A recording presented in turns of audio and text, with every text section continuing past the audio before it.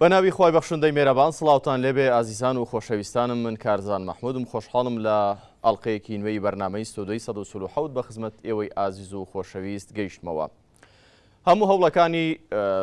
بزوتنەوەی ڕزگاری خوازی کورد لە ماوەکانی ڕابردوو بۆ ئەوە بوو کە هەرێمی کوردستان قەوارەیەکی سربەخۆی هەبێ و سربەخۆ هەبێت و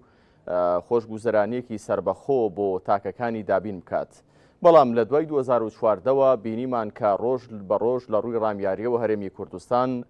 لە کورتی دەدات. لە ڕابردوودا کورد خەون و خولیای ئەوەی هەبوو کە خۆی لەسەر پێیەکانی خۆی بوەستێت و حکومڕانان خۆیان خزمەتگوزاری بۆ هەرێمی کوردستان دابین بکەن. بەڵام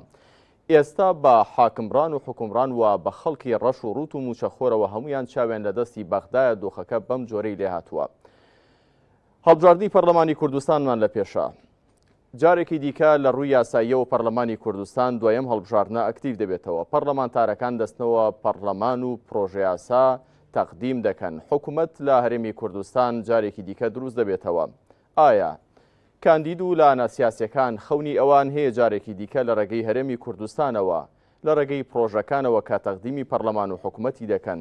ئابووری لە هەرێمی کوردستان باش بکەن و خزمەتگوزاریەکان کە لە ساڵی 2014ەوە بە بیانووی قەیرانی داراییەوە وەستاوە بیان خەنەوەگەڕ ئەمانە و دەیان پرسیاری دیکە و کارنامەی کۆمەڵی دادگەری بۆ دۆخی ئابووری لە هەرێمی کوردستان چی دەبێت. بە میوانداری هەرێکە لە بەڕێزان بەڕێز مامۆستا سەردار تیلەکۆیی کاندیدی ژمارە سیوەکی کۆمەڵی دادگەری لە سنووری بازنەی سلێمانیە بەخێربن. هەروەها بەڕێز ئەبوبەکر ئەحمەد خدر کاندیدی ژمارە 7 کۆمەڵی دادگەری لە لیستی کۆمەڵی دادگەری لە بازنەی سلێمانی. هەردووکتان بەخێر بن، سەر هەردوو چاوانمان گەورەتان کردین. کاگە ئەبوبەکر بۆ پێی بەڕێستان پێشتر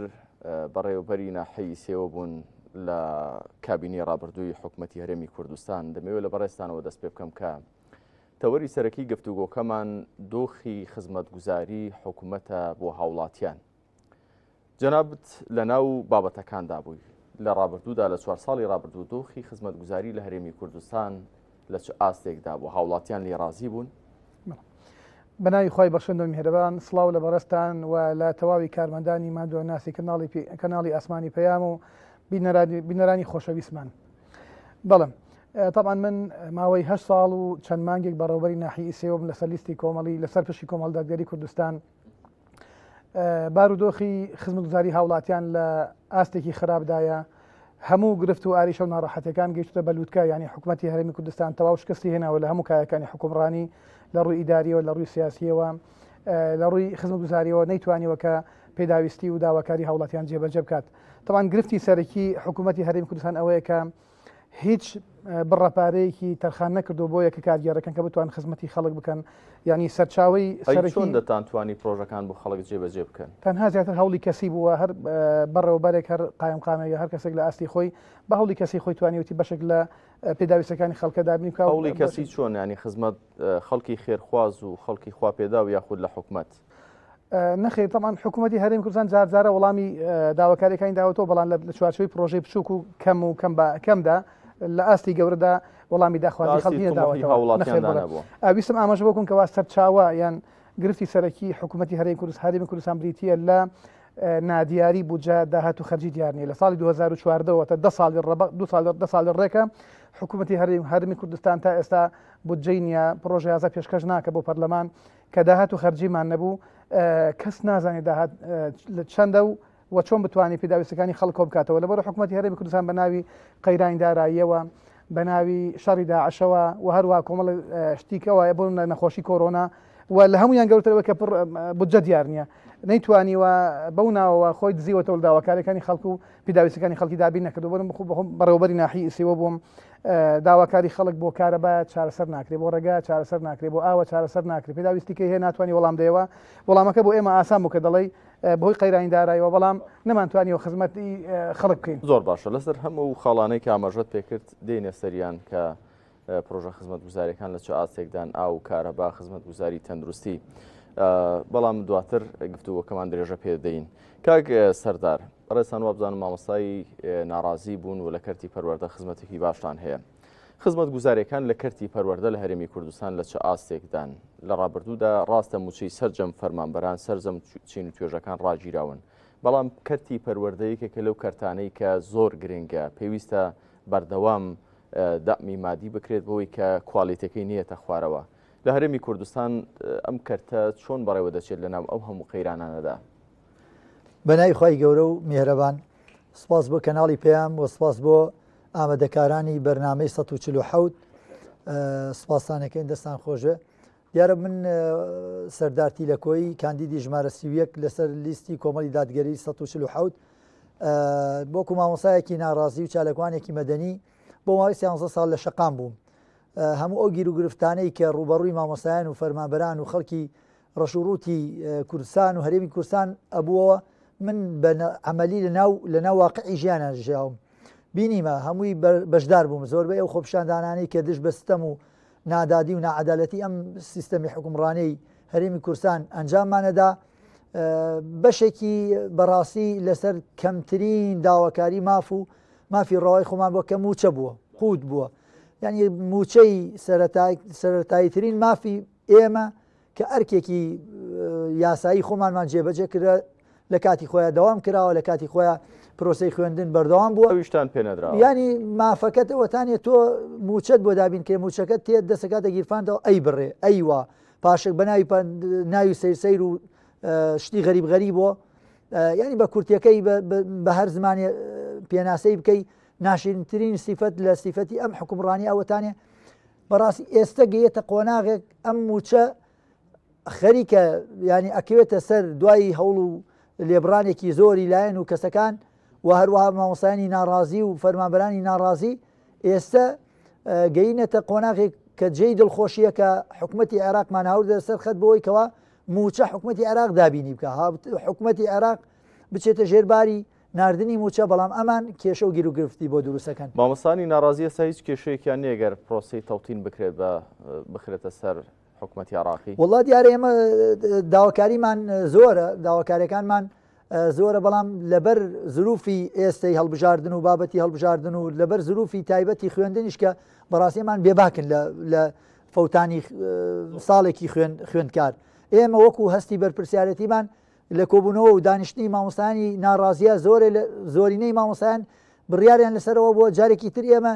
نەچین بایکۆت بکەینەوە، چونکە بایکۆت وایان لێ کردین ینی تەنها بێباکن لە بایکۆت بێت. ئەمە لە هەر وڵاتێکی ترا بێ تۆ ساڵێ بایکۆتی خوێندن بکەی هەموو وەزارەت و حکوومەت و وەزیر و هەمویان دێنە سەرخەت، بەڵام بەداخەوە ئەم حکوومەتە ئەمە حکوومەت نین، ئەمە میلیشیاین. بۆیە داواکاریمان زۆرە. ینی چیمان جێبەجێ کراوە؟ یەکێ لەوانە پلە بەرزکردنەوە، یەکێ لەوانە هەڵوەشانەوەی پرۆژەی ئەژماری من. ئەمە یەکێکە لە گرفتەکان ئێستا ئەیانەوێ فەرمانبەران و مامۆستایان ناچار بکەن پرۆژەیە کە حیزب سەرپەرشتیەکە بەڕاستی هیچ پێوەرێکی یاسایی و عورفی نایگرێتەوە، ئەمانیانەوێت لە ڕێی سیستەمی ئەژماری منەوە. ئێمە وەکو کۆی لە تەماشا چۆن لە معادلەیە تێدەگەن لە سەبارەت بە هەژماری من؟ سەرۆکی پارتێکی سیاسی دەڵێەوە نە هەژماری منە ئەمڕۆ لە بانگەشی هەڵبژاردنە هەژماری ئێوەشە، بەڵکو هەژماری لایەنێکی سیاسیە. لە کاتێکدا دەوترێت کە لە بەشێک لە دایرە حکومیەکانی ئەم زۆنەش فۆرمی تەوتین بە خەڵک پڕ دەکرێتەوە، فۆرمی هەژماری من بورە پڕ دەکرێتەوە بە خەڵک. یعنی ئەم جۆرە دووفاقیەوە وەکو مامۆستایانی ناڕازیەوە چۆن لی تێدەگەن؟ پێتان وایە بەگشتی حزبە حکومڕانەکان لە هەرێمی کوردستان لەگەڵ ئەم پرۆژەیەن، یاخود میزداقیەتێک هەیە کە بەڵێنیشان بێەوەدا بێ کە ڕاستەقینەکە چییە؟ ئەمە تەبعاً چاواشەکاریە بەرامبەر فەرمانبەران و هاوڵاتیانی هەرێمی کوردستان، چونکە ئەمان دوو ئامانجیان هەیە. ئامانجێکیانەوەیە کە ئەم ئەژماری منە لە ڕێگەی ئەم ئەژماری منەوە دەست بگرنە سەر قووت و موچە و ژیانی خەڵکە بە هەوەستی خۆیان بە ئارەزی خۆیان تەعامل بکەن بە موچەوە. ئەوە یەک دوو بۆ ئەوەی لە ڕێگەی ئەژماری منەوە دوجار فەرمانبەرێک یا مامۆستایەک وەکو جۆرە لە کۆیلایەتی بە کۆیلەبوونی پیاڵێن بە هەموو ڕێگای تر بۆ کارێنن بۆیکەوە ئەم مامۆستا ئەم فەرمانبەرە لە ترسی موچەکەی خۆی وەکو وەرەقەی زەق لە کاتی هەڵبژاردنە، لە کاتی کۆبوونەوەی حیزبیە، لە کاتی چی ئەمانە ئەم ئەژماری منە بەکاربێن. ئێمە ترسی ئەوەمان هەیە، بەڕاستی ترسی ئەومان هەیە ئەمانە لە ڕێگەی ئەمەوە بە کۆیلەکردنی کۆمەلگا پەیڕەوکەن. ئەوە خاڵێکی ترش ئێمە وەکو مامۆستایانی ناڕازی بەڕاستی یەکێ لە خاڵە هەرە سەرەکی ترین داواکاریەکانمان بە بەردەوامی جەختمان لێ کردێتەوە لە ناو خۆپشاندانە لەو بەیاننامانەی کە پێشکەشمان کرا بەلایانی پەیوەندیدار هەڵوەشاندنەوەی گەڕاندنەوەی موچە پاشە کراوەکانی مامۆستایان و فەرمانبەرانە بە میکانیزمێ یعنی ئێمە بەڕاستی ئەگەر بیری لێ بکەیت تۆ هەر فەرمانبەری هەر مامۆستای لای کەمەکەی 40 بۆ 45 میلیۆن دیناری لای ئەم حکوومەتەیە ینی هەر کۆمپانیایەک من بە هاوڵاتیان هەڵێم بە خەڵکی بێویژدان و ینی خاوەن غیرەت ئەڵێم چی کۆمپانیایەک 45 میلیۆن دیناری لێ ببڕی فەشەل نایەری کاک ماوەسە سەردار ئەم 45 میلیۆنە چۆن بۆتان دەگەڕێتەوە پێتان وایە لە ڕێگەی هەژماری من دەگەڕێتەوە یاخود لە ڕێگەی تەوتینەوە بەڵام دوای ئەوەی کە دەگەڕێمەوە لای کاگەو بەکر دواتر وەڵامەکەی ئێمە بینەرانتەوە کاکەو بەکر لە ماوەی 8 ساڵی مدیر ناحەی ئیسێوێ بەڕێزتان ئەوەی کە بەرچاوتان کەوتووە گیرروگرفتەکان بە زۆری مادی بوون بەڵام ئەگەر وڵاتێک موئەسەسی بێ ئەگە وڵاتێک پرۆژە یاسای بودجەی هەبێ بەپێی ژمارەی دانیشتوان شوێنەکان پۆلێن بکرێت و پرۆژە خزمەتگوزاریەکانی بۆ دیاری بکرێت ئەم گرفتانە چارەسەر نابن یاخود ئێوە لە ئەزمونەوە قسەمان بۆ بکەن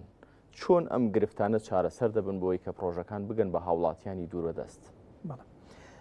ڕێگە چاری چارەسەری گرفتەکان بریتە لەوەی کە دەوڵەت دەبێت خەزانەیەکی هەبێ ئەو خەزانەیە دوور بێت دەستی حیزبیانی لەژێر کۆنتترۆل و چاودێری حکوومەت و وەزارەتی داراییدا بێ و ئەو خەزانەیەش پێویستە لەژێر چاودێری پەرلەمان و دیوانی چاودێری دەستی نەزەهەدا بێ ئەگەر وامان کە داهاتەکەمان دیار دەبێت تەمان ئەو داهاتشکەوە پارێزراو بوو لە بەدەستی حکوومەتدا بوو پێویستە بە شێوەیەکی دادپەروەرانە بەسەر هەموو یەک کارگەرەکان دابەش بکرێ ئاگەی لە هەموو شوێنەکان بێ تەمان ئەگەر نظام ئەگەر سیستەم هەبێ داواکاری تەقدیم دەکرێت تەقدیم یەککارگەرەکە دەکرێت بەرز دەکرێتەوە بەسەری خۆی و بەپێی ژماری دانیشتوان و هەروە پێداویستی خەڵکەکە چونکە هەندێک جارم ژماری دانیشتوان پەیڕەو ناکرێت هەندێک حاڵتی نائەسای ڕوودا ینی گرفتی تایبەتی وەکو ئەو ڕووداوانێکەوە لە ڕووی بەهۆی سروشتەوە بەهۆی خوا کردەوە بارانە لافاوە زریانە شتێکی ئەوە ڕوودا و حاڵتان دەبێت لە بەرچاو بگیرێ ئەگەر ناپێویستە بەپێی ژماری دانیشتوان ئەوە بکرێ یەکی لە گرفتەکانی ئێمەیەکەوە ئەومان سنوورەی ئێمە دەڤەری بتوان پشدەر پەراوەز خراوە خزمەتگوزاری کەمە حکوومەت بێباکە بەرامبەرجانی خەڵک بەرە تەنها لە کاتی هەڵبژاردندا دێن وعد و پەیام بخەڵ دەن و پاشان جێبەجێ ناکەن بەڵێ ئەم گرفتە ئاوا چارەسەر دەکەوە پێی سیستەم بەپێی نظامێک داواکاری خەڵک پێداویستی خەڵک وەڵام بدرێتەوە بەڵام بەداخۆ حکوومەتی هەرێمەکو باسمان کرد بێواکە بەرامبەر بە خەڵکی داهات و بودجەی دیار نیە و کەس نازانێت داهاتەکە چی ئەو کەم تەرخەمەی حکوومەت تەنها لە ناحیەکان و لە شوێنە دوورەدەستەکان بەرچاو دەکەوێت ئەوەی کە تۆ ئەزمونت کردووە یاخود لە سنتەری خەزا و ئیدارە سەربەخۆکانیش بەرجەستەیە نەخێ بێباکی حکوومەت دەوترێت دەیان و سەدان پرۆژەی تەواو نەکرا و هی کابینەکانی ڕابردوو 2008 هێشتا تەواو نەکراون بەڵێ طبعا ئەم بێباکی حکوومەت و شکستی بەرامبەر بەداواکاری هەوڵاتیان لە هەموو سنوورەکە دەمینرێ بۆ نەخۆ هەولێر پایتەختی هەرێمی کوردستان تا خەڵک بەدەست کەمی ئاوە ینی گرفتی ئاوی خواردنەوەی هەیە نەگرفتەکانی کە ینی حکوومەت نەیتوانیوە کارە بە ئاو دابین کە بۆ خەڵکی پێداویستەکانی کە هەرواز لێبێنە بەڵام گرفتی ئێمە ئەوەیە کە دەڤای ڕاپەڕین زۆرترین ینی من کوبترین سنوورە لە هەرێمی کوردستانکەوە حکوومەت بێباکە بەرامبەری بۆ هەر دەبین کەوا زۆربەی کۆچی گەنجانمان لە سنووری ئێمە لە هەموو شوێنەکانی تر زیاتر ینی لە ماوەی ڕابرد نزیکەی 11,000 گەنج ئەو سنووری بەجێهێشت و وڵاتی چۆڵ کردو ینی بەڕاستی ئەوە هۆکارەکەی ئەوەی کە حکوومەتی هەرێم بێباکە بەرامبەر دابینکردنی هەلی کار بەرامبەر وەڵامدانە و پێداویستی خەڵک خزمەتگوزاریەکان دەیان پرۆژە هەیە کە وەکو جەناوت باست کرد ینی پشتگوێ خراوە جێبەجێ ناکرێت حەزت دەکرد بۆ ئیسەوێت چی بکرێت لە ماوەی دەسەڵاتی بەڕێستان وەکو بەڕێوەبەر کە نەکراوە و دەسەڵاتەکانت دواتر وابزانم خۆت ڕادەستت کردەوە و حەزت دەکرد کە چی بکەن لە ماوەی دەسەڵات کە نەکراوە بەڵێ کۆمەڵ دادگەری کوردستان هێزێکی سیاسی سەر گۆڕەپانی کوردستانە لە هەموو قۆناغەکانی ژانی خۆیدا چەو کاتێکەوە لە حکوومەت بەشدار بوو چەو کاتێک وەک معارەزە کاری کردووە لە هەموو حاڵەتەکاندا لە بەرەی گەلدا بووە لە بەری چەساواندا بووە ئامانجی وەکوا بتوانێت خۆشگوزەرانی دادگەری خۆشببختی بۆ هاوڵاتیان دابین بکات ئێمەش لەو چوارچێوەیدا دیارە کۆمەڵ دادگەری کوردستان چۆتە ناو حکوومەت و من وەکو خۆم لە ساڵ 2015 وەکو بەڕێوەبەری ناحیەی ئیسێوە دیاری کرام و لە حکوومەتی خۆجی کارم کردووە ئامانجی من ئەوە کە بتوان خزمەتی هاوڵاتیان بکەین و هاوڵاتیانیش ئەو شایەتیان بۆ دەن بەتایبەتی لە چەند سێکتەرێک ینی بەتایبەتی ڕێگاوبان و ئاو کارەبا سنوورەکەمان دەوڵەمەندە بە داهاتی ناوخۆ ئەگەر بێت و ڕێگاوبانەکان خۆش بکرێن من ئاگادارم و شارەزای سنوورەکە هەمیانی گوندەکانمان شوێنی تایبەتی هەیە بۆ گەشت و گوزار و هەروها بۆ دروستکردنی بەندا و و کۆمەڵە شتێکە کە توانی خزمەت دابینکە بۆ هاوڵا بۆ سنوورەکانی تریش بەڵام گرفتی ڕێگاوبانمان هەیە گرفتی ڕێگاوبان گرفتێکی سەرەکیەکەوە ناتوانێت هاوڵاتیان نیان دەتوانی داهاتی خۆیان بەروبی هاوینەی خۆیان بگەن بە شارەکان ناچار ینی خەڵک دەستی کێشاوە لە خزمەتکردن لە باغداری و لە ئاژەڵداری و لە کار و کەسابەت ینی هۆکاری سەرەکیەوەکەوە ئەو سنوورە پشتگوێ خراوە لە ڕووی ڕێگاوبانەوە وێرانە شوێنەکانی تری شەروان هەروەکو ئیسێوێوان طبعا ئەوکو باسم کرد کە حکوومەتی هەرێم لە هەموو شوێنەکان بێباکە بەرامبەر بە داواکاری خواستی خەڵکو و پێشکەشتنی خزمەتگوزاری بەڵام هەتا بچی بۆ دوورکەوە لە بەڵام گرفتەکە لێرەدا ئەوەیە کە لە کاتی بانگەشەی هەڵبژاردندا دوو حزبی دەسەڵات بانگەشەی لە کاتی بانگەشەدا کۆمەڵە گوادی زۆر گەورە بە خەڵکدان لە کاتیدا خوان لە دەسەڵاتدا بوون ئەمڕۆ لە وتاری سەرۆکی کۆمەڵی دادگەری ئاماژەی بۆ کرد وتی ئەوان بووان نییە بانگەشەی هەڵبژاردن بکەن چونکە دەسەڵات چونکە داهات هەموو شتێک لە بەردەستی خۆیاندا بووە ئەگەر بڕیار بێ بیکەن دەبوو بیان کرد باە ینی ئەمان مافی ئەویان هەیە کە ئەم جۆرە لە بانگەشانە بکەن کە ئێمە خزمەت گوزاریتان پێدەگەینینەوە تا بەڕێستان ئەزمموی کایەکی حکومڕانیتان لە بەدێکی ناوچەیەکدا کردووە دەبینین کە خزمەت گوزاریەکان وەکو پێویست نەبوون. طبعا یەک لە هۆکارانی کەوا کۆمەڵ دەبێت کوردستان لە کایەکانی حکومڕانی کشایەوە لە پەرلەمان لە ئەنجومەنی پارێزەکان لە حکوومەتی خۆجی ئەوە بووکەوە دەیزانی کە ناتوانانی خزمەتی هاوڵاتیان کە لەبەر بڕای دەبەخشانەوە ئێمەش لەو چوارچەوەیدا بۆ جێبەجێکردنی بڕیاری سەرکرداتی کۆمەڵ دەگەر کوردستان ڕاستە و خوب بڕیارمان دەبەخشانەوە لە پۆستەکەمان چونکە ئامانجی ئێمە چ لە معارەزە بوون چ لە حکومڕانیدا ئەوەیە کە بتوانین خزمەتی خەڵکین بەڵام کاتێک تێگەیشتون و زانیمان کە ناتوانانی خزمەتی خەڵکین ئامانجێمە کورسی و دەوڵەمەندی و ڕفاهێتنەوە بەڵکو ئامانجێمە خزمەت و ئەرک بۆ بەرامبەر بە هاوڵاتیان هەستمان کردوەکەوە ئەرکمان سەرشانە پێویستە خزمەتی هاوڵاتیانی خۆمان بکەین کاتێک نەمانتوانی دەستمان لە کار کێشایەوە سەبارەت بە بەشی وەڵامی بەشی دوین پرسیارەکەت ئەوەیەکەوە دەسەڵات بە تایبەتی یەکێتی پارتی ینی بە تەحدید مافی ئەوانێکەوە بانگەشە بکەن بڵێن ئاوا دەکەن چونکە 32 ساڵە نەک هەر ناتوانن بە ئەن قەست هاوڵاتیان عاجز دەدەن هاوڵاتیان تووشی گرفتی دەرونی نەخۆشی دەرونی دەکەنکەوە پێداویستەکانی خەڵک داخوازی خەڵک وەڵام نادەنەوە ینی هەر پێداوی سەرەکی ینی ئاو کارەبا کە ئەوە نەبێ شتیکە بە تاکید جێبەجێ ناکات کاگە و بەکرێەوە هەرچەند ئێستا دەگەڕمەوە لای مامۆستا سەردار بەڵام بۆچی ئێوە لە حکوومەتی جێی کشانەوە خۆجێی کشانەوە بۆچی لەوێ لە وەکو مدیری ناحەیی سێوە کشانەوە بەگشتی لە ئەنجومەنی پارێزگاکانی کشانەوە ئێوە پێتان وا بۆ ئەم حکوومەتە خۆجییانەوە حکوومەتی هەرێمی کوردستان وەک پێویست خزمەت ناکا بۆ یەکشانەوە بەڵێ یەکی لە هۆکاری سەرکی کشانەوەی کۆمەڵی دادگەری کوردستان لە کایەکانی حکومڕانی بریتی بۆ لە درێژکردنەوەی ماوەی یاسایی پەرلەمان کۆتایی پێهات ماوەی یاسایی تەواو بوو پێویست بوو لە کاتی خۆیدا هەڵبژاردن ئەنجام بدرێ بەڵام کە دوو حیزبی دەسەڵات بڕیاندا بە درێژکردن و مودە یاسایەکەی دیارە کۆمەڵی دادگەری کوردستان بۆ ڕێزگرتن دامەزراوەکان بۆ گێڕانەوەی شەرعیەت ینی بۆی کەوە هاوڵاتیان مەرجع بن بڕیاری داوەکو ناڕازایەتێک لە شێوازی حکومڕانیکەوە شێوازێکی هەڵی و پێویست ڕاست بکرێتەوە دیارە ئەو بڕیارەی داوکشایە و لە پەرلەمان و لە ئەنجومەنی پارێزگا و لە حکوومەتی خۆجی منی شوکو جێبەجێکردنی بۆ بڕیارەکە ڕاستە و خۆ جێبەجێم کرد چونکە تێگەیشتین کە ئەم حکوومەتە ئەم دەسەڵاتە ناهێوێ خزمەتی خەڵکەوە تا بۆی بکرێ مودەی یاسایی درێژ دەکاتەوە چونکە ترسێ لە هاوڵاتیان کە دووبارنەنگی پێداتەوە و ئێستاش پێویستە هاوڵاتی هۆشیار بێ کەسێک 32 ساڵ بیچەوسێنەوە مافەکانی پێشێلکە چوکتی مافکە مافی خۆەتی وەکو موچە بە فەرمانبەرانی خۆی ڕەوا نەبینێ زیاتر لە 58 موچە بە لێبڕا و پاشەکەوت کرا و نەدراوە لە خەتەردا بۆ کە ڕۆیشتۆ فەوتاوەکو مامۆستا باسی کردیانی کەسێک لانی کەم 45 میلیۆنی لای کۆمپانیایەک لای شخصێک بێت چۆن لێ قبول دەکا یان بەرامبەری دادنیشە دەستە پاچ یاخود جارێتتر متوانانی پێ دەکاتەوە یعنی هاوڵاتیەک گەر مافی خۆرا پێویستە مافی خۆی بپرسێتەوە زۆر باشە کاکە بەکردواتر وەڵامی ئەو پرسیارەمدەوە کە ئێوە لە حکوومەتێک شانەوە کە پێتان وایە خزمەتی بە هاوڵاتیان نەکردووە پێتان وایە کە ئەوەی کە لە بەردەستیدا خزمەتی هاوڵاتیانی پێ نەکردووە بەڵام دوایم هەڵبژاردنە دواتر دەبینین کە هەموو حەزبولانەکان داوایەوە دەکەن کە لە چوارچێوەی حکوومەتێکدا پێک بێن و بستنەوە ناحکوومەتەکە ئێوە بەشداری ئەم کابینەی داهاتوودەکان دوایەوەی هەڵبژاردننی پەرلەمانی کوردستان ئەنجام دەدرێتەوە ماوە سەردار دەگەڕێمەوە لای بەڕێستان پێتان وایە کە موچەی فەوتاوی مامۆستانی ناڕازی چۆن بۆتان دەگەڕێتەوە پێتان وایە لە ڕێگەی پرۆژەکانی حکوومەتی هەرێمەوە دەگەڕێتەوە یاخود نەخێر مامۆستان و فەرمانبەران بەگشتی دوودڵ نەبن لەوەی کە لە ڕێگەی تەوتینەوە مافەکانیان بەدەست دێت سەرەتا بیا بپرسین ئەو موچەی کە بەناو پاشەکەوت کرا و یا هەر ناوێکی تریان لێناوە ینی بۆ کوێ ڕۆیە ئەسڵەن بۆ کوێ ڕۆیە ئەمە پرسیارێکە خەڵکە بێ پرسیان پارە بۆ کوێ چووە ئەگەر حکوومەتی عێراقی پارەی ناردەیە ئەگەرمان داهاتی ناو خۆیان بووە ئەگەرمان داهاتی مەرز و گومرەکەکانیان هەبووە پارەی نەوتیان هەبووە ئەم پارەی پاشەکەوتە کە پاشەکەوتی موچەت کردێت چی لێ هاتێت ئەبێت سەرچاوێکیە بێت تۆ دەست بۆ تەنان دەستیان بردە بۆ پارەی خانەنشین ینی سندوقی خانەنشینان ئی باشە سندوقی خانەنشینان ئەبێ خۆ وجودی هەبێ ئەبێ ئێستا بوونی هەبێ بەڵام ئەمان بوونی نییە لەکوێ ئەم پارە لە چیایە من ئەپرسم لە خەڵکی هەرێمی کورسان ئەو هەموو کەناڵە فەزایانەی کە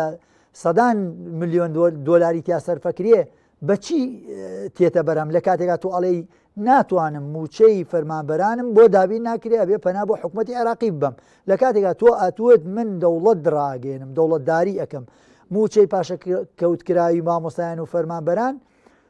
ئەگەر لە تەک حکوومەتی عێراقیە گریمان حکوومەتی عێراقی نەیناردە بێن بە تەوتینکردن بە نیشتمانیکردنی موچەی فەرمانبەران بێ بچنە ژێربار جوابی حکوومەتی عێراقی و محکمەی فیدرالی ئەوی بڕیارانی دەری کردە بچنە ژێربار و واقعاً لیستێکی ڕەوا بنێرن تاوەکو حکوومەتی عێراق بخەنە ژێر و بەرپرسیارەتیەوە بەڵام ئەمان لەبەرەوە ئیشەکەیان لە ئەسڵا فێڵی تایە لە ئەسڵا چاواشەکاری تایە لە ئەسڵا دزینی قوت و موچە و داهاتی ئەم وڵاتەیە کە خۆیشیان ئەزانن چۆن بردیانە و چی ئەزان تا ئێستا من ئەپرسم هەر بەسیترین پرسیار لە هاوڵاتیانی هەرێمی کورسان تا ئێستا ئەوە چەند ساڵە بودجە نەچووەتە پەرلەمانی کورسانەوە بۆ ناچێت ئەم بۆ ناپرسن لەبەرەوە معلومە ڕوونە ئەگەر بچن بۆ پەرلەمان بودجە دەهێنن بۆ پەرلەمان بە زۆر لێپرسینەوە لە بەرپرسانی باڵای حکوومەت دەکەن بە دڵنیاییوە ئێمە وەکو کاندیدانی کۆمەڵی دادگەری پشتیوان بەخوای گەورە و پاشان دەنگی ئەو خەڵکە ئەگەر ڕێژەی دەنگدان بێگومان ئێمە ئێستا قورسایی دوو حەو کورسیمانەیە لە پەرلەمانی کورسانە ئەو کات ئەگەرم حوتە بێتە 27 ئەگەر ببێتە 37 کاریگەریمان زیاترە بێ ئەمە نمونەمانەیە نمونەی ئەندام پەرلەمانی زیندومانەیە بەڕاستی چالاکترین ئەندامی پەرلەمانی عێراق بەرامبەرە بە 6 ئەندام پەرلەمان نمونەی حوت ئەندام پەرلەمانی هەرێمی کورسانمانەیە بەرامبەرە بە 70 ئەندام پەرلەمان لە کار و چالاکی و جوڵە هیچ نەبێ کاک ئەمان بەرپرسی حکومیمان هەبووە دەستپاکترین وەزیر بووە لە حکومڕانی هەرێمی کورسانە کە بەشێکی کەمی پێ سپێراوە نمونەی مدیرناحێ و نمونەی بەڕێوەبەری گشتی و نمونەی مدیری مەدرسە و قوتابخانەکانمانەیە پاکترین و نەزیفترین خەڵکی پاکی ئەم هەرێمی کورسان لە ڕووی ئیدارەدانی حکومەتەوە من ئەپرسم لە خەڵکی هەرێمی کورسان کاک کارزان خەڵکە پرسم لیان من بەشی پەروەردە و بانگەوازی کارگێڕی بەشی پەروەردە و بانگەوازی مەڵبەندی گەرمیانی کۆمەڵی دادگەری بووم لە ماوەی ڕابردووە ینی کاتێک کە خولی پەروەردەی هاوینانەمانە کردەوە بەڕاستی ئەوەی جێی دڵخۆشی بوو بۆ ئێمە کە پەروەردەمانە کرد خەڵکی بەرپرسی ئەم وڵاتە مناڵەکانی خۆیان ئەنار ئەم پرسیلیان مناڵەکانیان یاهی ئاسایش بوو یایی پۆلیس بوو یایی دام و دەستگا حکومیەکان بۆ بەرپرسەکان مناڵەکانیان ئەناردوە لە جا ئەوە پرسیارێکی جەوهەریە بۆچی بەرپرسان ئامادەن جەرگی خۆیان و جگەرگۆشەکانی خۆیان بدەن بە ئێوە بەڵام بۆچی لە کاتی دەنگداندا ئامادەنین دەنگەکانیان بە ئێوە بدەن ئەبێ من نەپرسم لە بەرپرسان بۆ دەنگوە ئێمە ئەبێ لە هاوڵاتی هەرێمی کورسان بپرسم لە کاتێکە بەرپرسانی ئەم وڵاتە بۆ هەموو گەندەڵی و بۆ هەموو عەدالەتیانەوە ببوورە ینی ئامادەن منداڵەکەی خۆی بخاتە ژێر دەستی من پەروەردەی بکەم کەسێکی دیندار و پەروەردەی بکە کەسێکی کۆمەڵ پەروەردەی بکە ئەی هاوڵاتی بەڕێز دەنگ دەری بەرز بۆ ناپرسی ئەمان ئامادەن تۆ بۆ ئامادەنی لە ڕووی ئیداریاتۆ ئەو دەسەڵاتە بە من بدەیت کە بتوان حکومڕانیە لە کاتێک ئازانی دەستپاکین ئەمینین درۆزن نین خیانەت ناکەین وڵاتمان نەفرۆشتە خاک و نەوت و ژێرخان و سەرخانی ئابووری وڵاتەمان تێک نەدا پلانی ئەم وڵاتەمان تێک نەدا بۆچی ئامادەنی لە کاتی دەنگدانە ئیسلامیەکان لە بابەتی پەروەردەدا سەرکەوتوو بوون و جێدەستیشیان دیارە ئەنی ئەمە حەقیقەتێکی حاشا لێ نەکراوە ئەگەر بەراوردی هەرێمی کوردستان بە بەشەکانی دیکەی کوردستانەکانی بەشەکانی دیکەی کوردستانی گەورە بکەین ئەم نمونەیە زۆر کاریگەری ئیسلامیەکان دیارە بە ساحەکەوە بەڵام پرسیارە جەوهەریەکە ئەوەیە بۆچی لە بابەتی پەروەردەدا خەڵکی ئامادەن جگەرگۆشەکانیان بە ئێوە بدەن بەڵام دەنگەکانیان بە ئێوە نەدەن هۆکارەکەی من ئەمە دەکەم بە پرسیاری سەرەکی پێتان وانییە کە حزبی ئیسلامی تاوەکو ئێستاش لە ڕووی فکریەوە ئەوەندەی لە بابەتی داوا و لە بابەتی پەروەردەدا خۆی سەرقاڵ کردووە لە بابەتی ئیدارەداندا خۆی یەکلا نەکردوێتەوە کە حزبێکی خەدەمیە یاخود حزبێکە تەنها ئیش لەسەر ئایدۆلۆژیا و پەروەردە و بابەتی قیامەت دەکا حزبی ئیسلامی گەر بێت دەتوانێت و خزمەتگوزاریانە کە خەڵک دەیهەوێت وەڵامیان داتەوە ئێمە وەکو ڕابوونی ئیسلامی وەکو ئەفکاری ئیسلامی وەکو سەحوی ئیسلامی ئێمە بەڕاستی بەرامبەر ئەلمانیت فەشەلمان پێ هاوردن ساحەکەمان پێچۆڵکردن لە ڕووی فکرۆ لە ڕووی معریفەوە لە ڕووی ئیداریاتەوە لە ڕووی دەستپاکی و نازامچی و ئەوانە بەڵام بابەتێکی تر هەیە ئەمان بەڕاستی واقعەکەیە لە کورسان و لە هەرێمی کورسانە ئەوەیە کە ئەمان داهاتی ئەم وڵاتە بەدەستیانەوە بە شێوەیەکی ناشەرعی و ناقانونی و ناعورفی تەخشان و پەخشان یەکەن دەنگی خەڵکی پێکردن خەڵکی پێترسێنن دەمانچە و چەکی پێتەوە زیعەکەن چی ئەکەن چیەکەن ئەمە یەکێکە لە هۆکارەکان ئەگینا ئێمەی ئیسلامیەکان ئێمەی کۆمەڵی دادگەری تەحەدا ئەکەین ئێمە خیانەتمان نەکردو ئێمە نیشتمانمان نەفرۆشتە ئێمە نیوەی خاکی هەرێمی کورسانمان نەفرۆشتە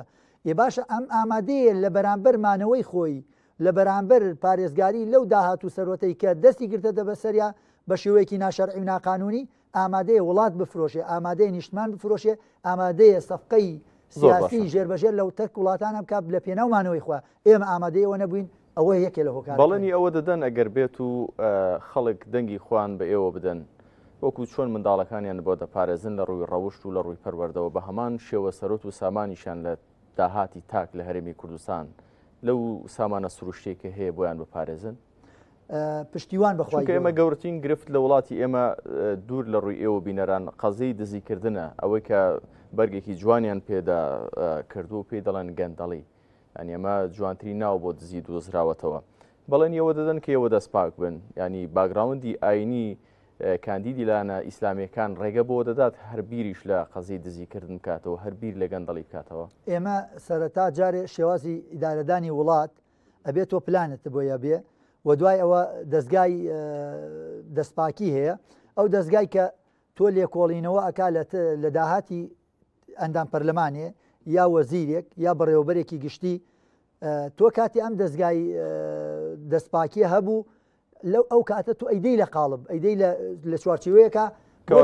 ئێوە دەوڵەتێکی مؤسسیدا دەمەسیمان بێت ئێمە چی کێشەیەکمانە ئەفۆن ببوورەکە مامۆستا کارزان یان یەک بابەتەیە زۆر گرنگە کە لە بیرمانە چێ بەسەریا تێ نەپەڕ ئێمە لە مامۆسایانی ناڕازی و فەرمانبەرانی ناڕازی بەڕاستی دابشکردنی موچە لە کاتی خۆی یەکێکە لە گەورەترین گرفتی ئەم وڵاتە تا ئێسش ئەمانە ناچنە ژێرباری و یەکێتر لەوانەیەش هاوتاکردنی موچەی فەرمانبەرانی هەرێم لەگەڵ حکوومەتی مرکزیە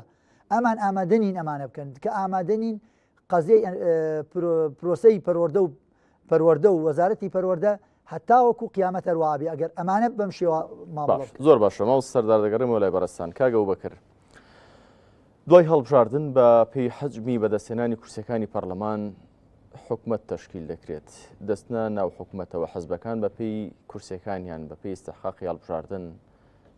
پشکیان پێدرێت لە بەڕێوەبردندا لە کاتێکدا کابینەکانی ڕابردوو گەندەڵ بوون ئێوە جارێکی دیکە دەستنەوە ناو کابینێکی گەندەڵەوە پرسیاری هاوڵاتیان ئەوەیە ینی دەمەوێ وەڵامەکەی لای کاندیدانی کۆمەڵی دادگەری وەربگرمەوە کە ئەگەر پەرلەمانتارێک مەبەستی تەنها ئیمتیازاتی مادی بێ لە پەرلەمان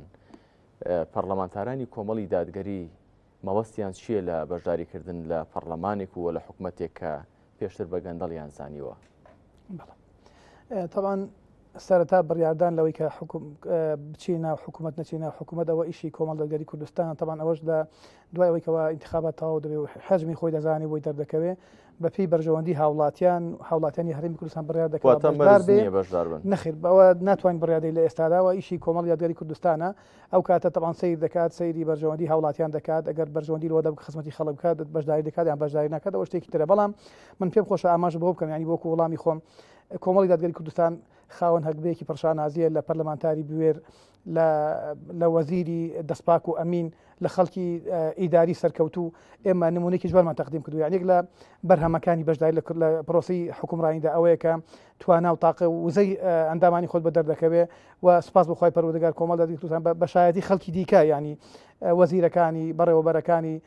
شایەتیان بۆ درێکەوە کەسی سەرکەوتوو بوون و ئێمە توانیومانە یان دەستێکی ئەمین بین خزمەتی خەڵک بکەین خاکی و خەڵک دۆست بین لە خزمەت هاوڵاتیان دابین لە ڕووی ژینگەوە لە ڕووی پەروەردەیەوە تەمانێک لەو کارانێکەوە من گرنگی پێداوە بریتی بۆ لە بابەتی خوێندن و فێرکردن و هاندانی خەڵک بۆ خوێندنەوە بەشداری لە پرۆسی لە کۆمەڵێک سیمینار ئەوەندە بۆی بتوانین ئاستی هۆشیاری خەڵک بەرەوە سەر و بڕوە ئەوە بابەتێک جگەلەوەش توانیومانە لەگەڵەوەداکەوە هیچ بودجەیەک بۆ کاریگەرەکان دیاری نەکراوە کۆمەڵێک پرۆژەمان جێبەجێ کردووە سنووری خۆی دامەش کاریگەری هەبوو تەمان هاوڵاتیان شایەتیان بۆ دەنکەوە ئێمە کەسێکی سەرکەوتوو بووین وەکە خەڵکی کەشمان هەبووە نەکرد بۆ خۆم بەڕێوەبەری گشتیمان هەبووە وەزیرمان هەبوو کەوانە خەڵک شایەتی بۆیدا بەڕاستی پێم خۆشە هاوڵاتیانیش ئەوە لە بگرنیانی بۆ خەڵکی عالمانی دزی دەکا کاری خراپ دەکات سزای نادا بەڵام بۆ دەبێت کە ئێمەش ئینسانی مرۆڤینانی کۆمەڵک ئەگەر هەڵەیەکمان هەبێ خەڵک عقوبەماندا هەرچەدەوە سەلماندوومانە بە پێی مێژوو تەحەداش دەکەین کەسێک بتوانێتەوە ئەگەر دزیمان کردو بە عقوبەماندا بەڵام کاتێک کە توانیمان دەستێکی بە ئەمانەتەوە دەستێکی ئەمین بین بتوانین خزمەتی خەڵک بکەین خاکی و خەڵک دۆست بین حەقە هاوڵاتیان پشتیوانیمان کە بۆی بتوانین ئەو بابەتە فراوانتر کەین و بتوانین بە شێوەیەکی چاکتر بە حەجمێکی گەورەتر خزمەتی هاوڵاتیان بکەین. زۆر باشە تا ئێستا معنەویتان چۆنە کە گەڕاون بەناو خەڵکدا ئەوەی کە بینیوتانە خەڵک تا چەند بە دەم پرۆژەکانی کۆمەڵی دادگەریەوە هاتووە بەدەم ئەو باگەشەوە هاتووە خەڵک لە بەرچاوی ڕوونەکە کۆمەڵی دادگەری چۆن بە وەزیرێک بەشداری لە حکوومەت کردووە جێ دەستی وەزیر دیار بوو بە بەڕێوەبەرێکی گشتی بە بەڕێوەبەرێکی ناحەیە جێدەستی دیار بوو ئەو ئایدیایی لە بابەتی کارژێڕیدا بۆ دروست بووە کە لە هەر شوێنێک بێت مادام قوتابخانەیەکی هەیە کە بۆی دەگەڕێتەوە ئەگەر ئەم کادیرە بچێتە هەر شوێنێک دابنیشێ خزمەت دەکات ینی ئەگەر کادیرانی حزبەکانی دیکە لە شوێنێک گەندەڵیان کردبێ بە دەرفەتیان زانی بێ بۆ دزیکردن سیر دەکەی بەرپرسانی باڵای کۆمەڵی دادگەری ینی ئەمە شایەتیە کە خەڵکی کوردستان دەیدا بۆ نمونە یەکێک لە وەزیرەکان ئۆتۆمبیل و ئەو ستافەی کە لە بەردەستیدا بوو تەکنیکی و میکانیکی هەمووی تەسلیم کردەوە لە کاتێکدا وەزیرەکانی پێشوو ئەمان نەکردووە ئەم ئایدیایە بۆ دەستپاکی و بۆ جدیت لە بەڕێوەبردندا لای خەڵک دروست بووە سەبارەت بە کاندیدەکان و سەبارەت بە حزبی ئیسلامی بەڵێ لەبەرەوەی کەم جارە بە شێوەی بازنەی و نسنووری خۆم گەڕاوم بەڵێ بەدڵنایی هاوڵاتیان بە شێوەیەکی باش پێشوازیمان دەکەن و ئیتیجابەی باشیان هەیە بەڵام هۆکارەکەی ئەوەیە کە زیاتر بەهۆی دەسەڵاتەوە لەوانەیە ئەمە دەرنەخرێ و ئاشکرا نەکرێت ئەگەرنا بە شێوەی کە کاتێکەوە دەچین ناهاوڵاتیان بە تایبەتی بۆ خۆم کە پێشتر بەڕێوەبەری ناحیە سێوە بۆم یعنی خەڵک ئیتیجابەی باشی هەیە چونکە بۆیان دەرکەوتووەکەوە ئێمە دەستێکی ئەمین بووین و بابەتێکی گرنگیش ئەوەیەکەوە ئێمە لە کاتی دەست کات کێشانەوەدا سیارە و ئیمتیازوانی کە هەمان بۆ تەسلیمان کردەوە ئەوە نەبووەوە ڕێگەلەوەی کەوا بتوانین ڕێگرمێکەوە لە شوێنی خۆم بمینەوە وازمان پێ نەهێنرێ بەڵکو ئێمە ئامانجی ئێمە خزمەتی خەڵک بووە خزمەتی هاوڵاتیان بووە خۆشگوزاری هاوڵاتیان بووە وازمان لە پۆسێناوە بەڵێ بە دڵنیاییەوە ئێمە لە دوو بابەتی سەرکی جیاوازیمان هەبوو یەکەم لە دەستپاکی وەکو باسم کردیانی گرفتی هەرێمی کوردستان ئەوەیە کە داهات دیار نییە بۆ جەنیە داهات و خەرجیمان دیار نییە دەستێکی نائەمینە کۆکو جەناوت باس ناوێت ناوە گەندەڵی ئەگەرنا دزیە بەجددی یان دزی وای کردووەکەوا ژیانی خەڵک بێهیوا بێ ژیانی لا ڕەحەتی و لە ژاندا بێ ئەگەر دەستێکی ئەمین هەبێ ئەو داهاتی ناوخۆ ژیانی خەڵک دەگۆڕە چونکە خەڵک ئەگەر دڵنیا بێ حکوومەت داهاتکەی چەندە ئەگەر معاشە و موچەکەشی کەمیش بێ گرفتی نابێ بەڵام کاتێککە داهات دیارنێ بەڕاستی ئەمە گرفتە دووەمیان خاکی و خەڵک دۆستی ینی وەزیرەکان وەزیری ئێمە بەڕێوەبەرەکانی ئێمە لە پۆستەکانی خۆیاندا خاکی و خەڵک دۆست بوون بەدەم داواکاری خەڵکەوە چوون گویان لە خەڵک ڕاگرتووە خۆیان پێ لە خەڵک جا نەکرێتەوە بەڵکو بە ئەو پەڕی تەواضع ئەوە مامەڵیان کرد لەگەڵ هاوڵاتیان ئەمانیان هەبووە و دەشیان بێ دەوانەی داهاتوو بەڵێ طبعاً کوردەواری وتەنی پەنجەکانی دەست هەمووی وەکو یەک نییە پشتیوان بەخوای گەورە چونکە دادگەریش کادیرەکان هەمووی وەکو یەک بیر نکاتەوە ئەم مۆزبەی کە خۆیان کاندید کردو بۆ پەرلەمانی کوردستان ئەم نێتە باشان لێ دەخوێندرێتەوە کە بۆ ئەو پرسیار دوو وەڵام یەکەمیان ئەوەیە کە ئەگەر بێت و دەربڕینێک دەستەواژەیەک گرفتی کافینە بۆیکەوە دڵنیابی لێ ئەمینبی بەڵام کە بە شێوەیەکی کردداری تەقدیم کرا و پێشکەش کرا و خەڵک بینی و چاوی خۆی یعنی مەبەستەکان لە دەربڕینەوە گواسترانەوە بە خۆنا و مەملەکەت و هەرێمی جێبەجێکردن هیچ گومانێک نامێن ئەو یەک دوو ئێمەی ئیسلامی بەر لەوەی دنیا ببینی قیامەت دەبینی بەر لەوەی لە محاسبی خەڵک بترسین لە محاسبی خۆی پەروەردگار ترسین یعنی پێمان باشە کە خەڵک داوا دەکەین نەفی داواکاری لە هاوڵاتیان کە تاقیمان بکەنەوە و ئێمە بەڵگەمان تەقدیم کردووە نمونەی جوان ئەزمونێکی سەرکەوتومان تەقدیم کردووە پشتیوان بەخوای پەروەردگار دەستێکی ئەمین دەبین خاکی و خەڵک دۆست دەبین و لە خزمەت هاوڵاتیاندا دەبین. زۆر باشە ماوەستەردا دەگەڕێمەوە لای بەڕێستان لە کەلارەوە هاتوون دۆخی خزمەت گوزاریەکان بەگشتی ئاو کارەبا ئەمە یەکێک لەم بابەتانەی کە لە هەموو ساڵەکان لە هەموو کابینەکان لە هەموو بەرنامەکان دووبارە دەبێتەوە دۆخی کارەبا بۆ پێیکەوە جیرانی عراقن ئەو عێراقی کە ئێمە دەمانگوت کە مفلیسە دۆخی خزمەت گوزاریەکان بەگشتی ڕێگەوبان ئاو کارەبا هەموو خزمەت گوزاریەکان بەگشتی چۆنە هاوڵاتیان لە حکوومەت ڕازین لەو سنوورە ئیداریە لە ماوەی ڕابردووە من بەو پێی کە کاندیدم بۆ پەرلەمانی کوردستان شار و شارۆچکەکانی سنووری بازرگانی سلێمانی زۆربەی گەڕاوم و کورتە ڤیدیۆشم لەسەر کردە پرسیمە لە هاوڵاتیان گرفتان چییە؟ چەند خاڵێکەیە زۆر هەمووی هاوڕایە لەسەری ئەم گرفتانە بۆ هەموو ناوچەیەک واردە گونجاوە. یەکەم نەبوونی هەلی کار، دووەم دانەمەزراندنی دەرچوانی زانکۆ و پەیمانگاکان، سێم گرفتی ڕێگاوبان بەتایبەتی ڕێگەی کەلار سلێمانی، یعنی خەڵک چاواشەکەناڵەیە لە نێوان کەلار بۆ دەربەنیخان یانوێ بێژن تەواومان کرد، بەڵام تۆ بێت لە دەربەنیخانەوە بۆ سلێمانی چیت کردە. ئەمە خاڵێکی تر نەبوونی ئاوی پاک، بەنمونە دەربەنیخان یەک ڕووباری سیروان لایەتە پەڕێدخاوەنی دوو بەنداوە تا بەدەست بێ ئاوی و ئاوی پیسەوە دەناڵێن، یعنی ئاوێکیانەیە بڕات بێ هەر کەسێ بچێ خەڵکی دەربەنیخان بچن ئەو ئاوە بیوەن بۆ هەر فەحسێ ئەگەر بەکارهێنانی بۆ خواردنەوە بەکارهێنرا واللهی من تەحەدا ئەەکەم، ینی ئەوەی کەوتمە خاوەنیم لە هیچ هینێکە فلتەرێکا تێ ناپەڕێ. بەرحەڵ یەکێتر لەوانە ینی زۆری کرێنشین بەتایبەتی لە گەرمیانە خاوەنی داهاتێکی زۆرە نەوتیەیە داهاتیەیە چیە کارەبا وزەی کارەبا بەرهەمێنێ کەچی تا ئێستا ڕێژەی کرێنشین زۆرە لە کەلارە، وارووا پێنەدانی موچە لە کاتی خۆیان ئەژماری من نازانم چی ئەم کێشانە لە هەموو ناوچەکانە واردە. کاگەوبەکر فەرمووی لە سنووری دەڤەری ڕاپەڕین زۆرترین گەنج ڕۆیشتووە، ئەم شتە لای ئێوە شوێ لە کەلاریش ڕێژەی کۆچکردنی گەنجان لە ئاستێکی بەرزە. ئەمە لە هەموو ناوچەکانی هەرێمی کوردستانە ئەم دیاردەیە لەبەرچی نەبوونی هەلی کار، دەرچوویەکی زانکۆ دەرچوویەکی پەیمانگا کە خوێندنی کرە چەند ساڵە 18 ساڵە ئەخوێنێ تێ لە ماڵەدا میشە چی بکە، ینی گەنجێکی داما و چی بکە، بێ لە کافتریا دانیشێ پارەی پێویستە، ئەچێتە مەتعەم پارەی پێویستە، لە فەیەکە خوا پارەی پێویستە، یانی چی بکە مەجبور کابرا سەر خۆی هەڵەگە بیر لەوە کاتۆ ڕێگەیەکی تر بگرێتە بەر یان ڕێگەی خۆکوشتن با بچین داتای خۆکوشتن داتاکانی بێرین زۆر کارە ساتە بڕواتان بی ئەمانە زۆر بێباکن، ئەمان زۆر بێویژدانانە ماڵە زۆر باشە ئەوان بێباکن. ئێوە بە نێتێکی باش هاتوونەتە پێشەوە کۆمەڵی دادگەری وەکو حەزبێک لە گۆڕەپانی سیاسی لە هەرێمی کوردستان کارنامەی چاکسازی هەیە، کارنامەی کاری هەیە بۆ داهاتووی حکوومەتی هەرێمی کوردستان بۆ داهاتووی پەرلەمان. ئێوە وەکو کادیرێک ئێوە وەکو کاندیدێکی پەرلەمانی کوردستان ئەوەی کە لە نیەتی حەزبەکەتان لە پرۆژەی حەزبەکەتان بۆ چاکسازی لە سیستەمی حکومڕانی لە هەرێمی کوردستان تێگەیشتوون پێتان وتراوە و پێگەێنراون لەو بوارەدا، ئێوە دەتانەوێت چی بکەن لە پەرلەمان، دەتانەوێت چی بکەن لە حکوومەتی داهاتوودا؟ من وەکو کاندید وەکو فکرەی خۆم بیر و بۆچوونی خۆم و لەژێر ڕۆشتایی بەرنامە و پرۆگرامەکانی کۆمەڵی دادگەریە 22 پێشنیازە یاسام ئامادە کردە ئەگەر خۆی پەروەردگار ویستی لێی بوو چوومە پەرلەمان و دەنگی هاوڵاتیانم بەدەستێنا هێشتا لە کاتی بانگەشەداین 22 پێشنیازە یاسام ئامادە کرد بۆ ماوەی ئەو 4 ساڵەوە زیادیشی ئەەکەم لەوە زۆر باشە. بەڵام لە چوارچەوەی چیدان حەز دەکەم بزانم بۆ من دروشمێک مەڵبژاردەڵێم دەنگی دلێری شەقام و پارێزەری شگۆی خێزانە بم. ئەوەی کە لە مەیدانی خۆپشاندانەکانە بە نەزەری باسم کرد و وتارمدا و خەڵکم بۆ بان کردە و بەڕوبەڕووی ستەمی ئەم ستەمکارانە بوومەتەوە ئەمەوێ بە کردار بیومە پەرلەمان. نمونەم هەیە پرۆژەم بۆ ئەوانەیە بۆ نە دیانی یەکێ لەو پرۆژانە لە بواری خێزانە بۆ نە پارێزگاری لە شکۆی خێزان کۆمەڵی پرۆژه یاسامە یەکێ لەوانە بۆچی پرۆژەکانی بۆچی ببوورە کە تعلیقم لەسەر پرۆژەکان یان لە سەر خاڵێک هەیە من دەمەوێت ئەو پرسیارانەی کە بە مێشکی بینەردادێ ئێستا لە کاتی قسەکردندا بەڕاستی ئاراسیەوەی بکەم و پێشتری ژاماژەم پێکرد بۆچی پرۆژەکانی کادیرانی ئیسلامی هەر لە چوارچەوەی ڕاستە شتی زۆر باشن شتی معنەوی باشن پاراستنی خێزان و چوارچەوەی داعویدا دەسۆڕێنەوە بۆچی پرۆژەتان نییە بۆ هەرچەند نازانم لە چوارچێوە پرۆژەکانتدا هەیە ناسوکا پێم بڕی لە چوارچەوەی دامەزراندن هەلی کار چاکردنی ڕێگەوبانەکان چاکردنی کارەبا چاکردنی یەک دنیا کێشەکە لە خەدەماتی ئەم وڵاتەدا هەن. وەڵاهی جاما مۆستا کارزان من پرۆژەکان بەرنامەکە ناکری هەموو پرۆژەکان بەڵام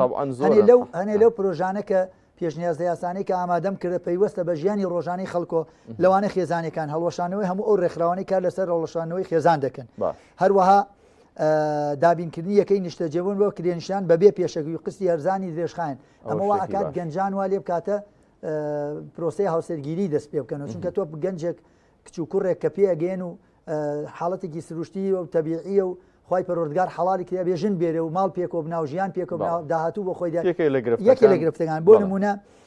دیاریکردن نرخی کاتژمێری کارکردنی کرێکار منەوە جەخ لەوە ئەکەمەوە تا ئێستەیەکێ لە هۆکارەکانی کۆچکردنی گەنجان بۆ دەرەوەی هەرێمی کوردستان زوڵم لە کرێکار دەکرێت نەک ئەوە زوڵمی لێکرێت بۆچی ئەڕوا بۆ ئەوروپا لە ئەوروپا بە یاسایەک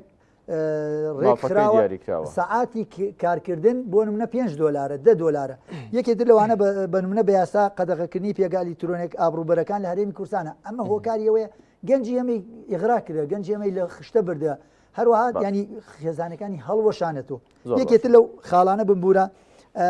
ینی گەڕاندنەوە و کاراکردنی پێشینەی هاوسەرگیری باش ئەگەر هاوسەرگیری پێشینەی هاوسەرگیری بگەڕێتەوە گەنجێک ئەگەر 5 میلیۆن 10 میلیۆن دیناری پێ بدرێ بە ئاسایی ئەتوانێت ژیانی هاوسەرگیری پێک بێنێ دوجارە بێت پرۆژەی کادیرێکی یاخود کاندیدێکی کۆمەڵی دادگەری منداڵێکی سەربێشکەش دەگرێتەوە ئەمە بیرکردنەوەیکی زۆر جوانە کاگە بەکرد دەگەڕێمەوە لای بەڕێستان نازانم کاتم دەمێنێ بگەڕێمەوە لای مامۆستا سەردار کۆمەڵی دادگەری ئەو پرۆژانەی ئاماژەی پێکرد لە ئاستی تاکدا بوو خۆی دەڵێگەر ئەم پێشنیازانە دەبن بۆ پەرلەمان بۆی بکرێن بە پرۆژە و خوێندنەوەی یەکەم و دووەمیان لەسەر بکرێ ئەگەر کرا بکرێن بە پرۆژە و جێبەجێ بکرێن کۆمەڵی دادگەری وەکو حەزب ئەوەی کە بە ئێوەی وتووە کارنامەی چی هەیە بۆ چاکسازی لە سیستەمی حکومڕانی وە بەگشتی بە چ نیەتێکەوە ئێوە دەنێرێ بۆ پەرلەمان دروشمی ئێمە ئەو جارەی ئێمە بریتە لە ڕایان دەگرین توانەوە پێویستی بە هاوڵاتیانە پێویستە هاوڵاتیان پشتیوانیمان بکەن بە پشتیوانی خۆی پرۆگە و دەنگی خەڵکی دەنگی هاوڵاتیانی بەڕێز ئێمە ئەم حکومڕانی ڕاست دەکەین و ڕایان دەگرین بۆ نمونەیەک لە مەهامە سیاسی سەرەکیەکانی پەرلەمان بریتە لە بەخشینی متمانە بە حکوومەت و لێسەنەوەی متمانە ئەگەر ئێمە لە ناو پەرلەماندا زۆری نەبین و وجودمان هەبێ و حضورمان هەبێ حکوومەت ناتوانین مافی خەڵکی پێشەل موچەی خەڵکی نەدا چونکە ئەو کاتت مەترسی لێسەنەوەی متمانەی هەیە من ئەو پرسیار لە هاوڵاتیان دەکەم جایەتی باسم کردووە هاوڵاتی دەبێ هۆشیار بێ ئێستا بیستی دەکاتی بڕیاردانە بۆ گۆڕانکاری ئەو بارودۆخە و خود بمێنێتەوە یاخود گۆڕانکاری بکرێ تۆ کەسێک دەکەی پەرلەمانتار دەبێ ئەو مووقیفە هەڵوێستەی هەبێ لە کاتێدا کە حکوومەت موچەی خەڵک دەبڕێ نایدا پاشکەوتی دەکا یاخود هەر نایدا پێویستە پەرلەمانتار مووقیفی هەڵوێستی هەیە بۆ لێسەنەوەی متمانە یعنی ئەگەر حکوومەت مەترسی لێسەنەوەی متمانەی هەبێ لە خۆی موچەی خەڵکی ناخوا دزی ناکە داهاتی نادیار نابێ لەبەرەوە هاوڵاتیان پێویستە پشتیوانی مامکەن بۆی کە ئێمە لە ناو پەرلەماندا وجودمان هەبێ حضورمان هەبێ ڕێگری بکەین لە پێشلکردنی لە یاساشکێنی لە خواردنی مافی خەڵک ئەگەر بچنەوە پەرلەمان جارێکی دیکە پرسێک هەبوو لە پەرلەمان پرسی پرساندن لە سەرۆکی حکوومەت کە بەهۆیەوە حەسانەی پەرلەمانتاری لە پەرلەمانتارەکەش دواتر سێنرایەوە ئێوە ئەگەر لەسەر ئەم مەلەفانەی دواکەوتنی موچە و ئەم بابەتانە احتیمالی هەیە ئەمە بێننەوە بەرباز لە پەرلەمان لێ پرسینەوە لە سەرۆکی حکوومەت و وەزیرەکان بکەن یەکێک لە دوژمەکانی بریتێ لە سەروەربوونی یاسا ئامانجی ئێمە گەڕانەوەی شکۆی بۆ تاک گەڕانەوەی ئینتیمان خۆشەویستی بۆ نیشتیمان ئەمەش بەچ دەکرێت بە یاسا سەروەری دووشت بابەتمانەیە کە گرنگن بە وڵات یەکەم سەروەربوونی یاسا دووەم دادپەروەری ئەم دوانە بەختەوەری خۆشی بە هەوڵەتەن دیگەڕنەوە ئێمە سپاس بەخوای پەروەردگار نمونەمان هەیە کە پێشتر ینی فراکسیۆنی ئێمە هەوڵی داوا بۆ پرسان بۆ بانکێشکردنی سەرۆکی حکوومەت بۆ ناو پەرلەمان بۆی کەوا ئەوەتی لەگەڵدا ئەنجام بدرێت بە پشتیوانی خۆی پەروەردگار ئێمە دەنگی دلێر دەبین بوێر دەبین لە بەرامبەر مافی هاوڵاتیان تەنازول ناکەین و هەر قوربانەیەکە بێ ئامادەی باجین بەڵێ زۆر وەکو کۆتا پرسیار زۆر وشەی یاساد لە سنای بەرنامەکە بەکارهێناتاوەکو ئێستاوە زام یاسا تاوا کردووە دۆخی یاساش یەکێکە لە خەلەلەکان لە هەرێمی کوردستان کە سەروەر نییە پەرلەمانتار دەتوانێت ڕۆڵی هەبێت لە یاسا سەروەربوون هەرچەندە مەهامی خۆتان دەسەڵاتی تەشریعی یاسادانانە لە هەرێمی کوردستان ئەو یاسانەی دایدێنن دەتوانن خۆتان هۆکار بن بۆەوەی کە سەروەریش بن بەڵێ طبعا من 24 بە کورتی هەسپاس دەکەم بە کورتی بەڵێ من ماجستێرم لە یاسای تاوان بەڵێ طبعا مەهامی سەرەکی پەرلەمان بریتە لە تەشریع دانانی یاسا بۆ خڵک دەدەچێت و چەندان مەزراوێکمان هەیە لە ناو پەرلەمان دەکەوە میکانیزم ینی سوودی دەبین بۆ سەروەربوونی یاسا پەرلەمان خودی خۆیان پەرلەمانەکان پێویستە چاودێری حکوومەت بکەن چاودێری دامەزراوەکان بکەن و دیوان چاودێری دارایی و هەرەوە دەستی دەستپاکی ئەمانە ڕێگر لەوەی کە حکوومەت یاساشکێنی بکە و مافی خەڵکی پێشە بکە ستەم ئەنجام بدات بەڵێ کۆتاقسەی کاک سەردار مامۆستا سەردار چیتان ماوەگەر نەتوانێت بێت ئەم سیستەمی حکومڕانیەی هەرێمی کوردستان لە ماوەی زیاتر لە 31 ساڵی حکومڕانیانە ئیشیان لەسەر دووشت کردە بێهیواکردنی خەڵک بێمتمانە بوون خەڵکیان بێهیوا کردە لەوەی کەوا گۆڕانکاری ڕووبدا خەڵکیان بێمتمانە کردێت تەنانەت بڕواان بە خەڵکێکی دەستپاکی ئەمینی ڕازگۆ و زمانپاکی وەکو ئەندامان و کادرانی کۆمەڵی دادگەری یا ئیسلامیەکان هەبێت بۆی کەوا حکومڕانی ئەم وڵاتە بکەن ئەمە یەکێ لە گرنگترین گرفتەکانی ئەم هەرێمی کوردستانە تەمەناکەم هاوڵاتیان لەگەڵمان بوون بۆ گۆڕانکاری گەورە بەو هیواین زۆر بەڕێز دابێ ڕایشیان بگرین. زۆر بەڕێز سەردار تیلەکۆیی کاندیدی ژمارە سیویەکی کۆمەڵی دادگەری لە بازنەی سلێمانی هەروەها مامەسای ناڕازی هەروەها بەڕێز ئەبوبەکر ئەحمەد خدر کاندیدی ژمارە 7 کۆمەڵی دادگەری لە بازنەی سلێمانی. بەخێربێن سپاس بۆم دەرفەتە. خۆشەویستانم لێرەدا بەم شێوەیە کۆتایمان هێنا بەم ئەڵقەی بەرنامەی 247 بەو هیواین کە ببێتە جێگەی سوود و ڕەزامەندی ئێوەی ئازیز و خۆشەویست بەخوای گەورەتان دەسپێرم تا ئەڵقەی داهاتوو هەر شاد و کامەران بن. خواتان لەگەڵ.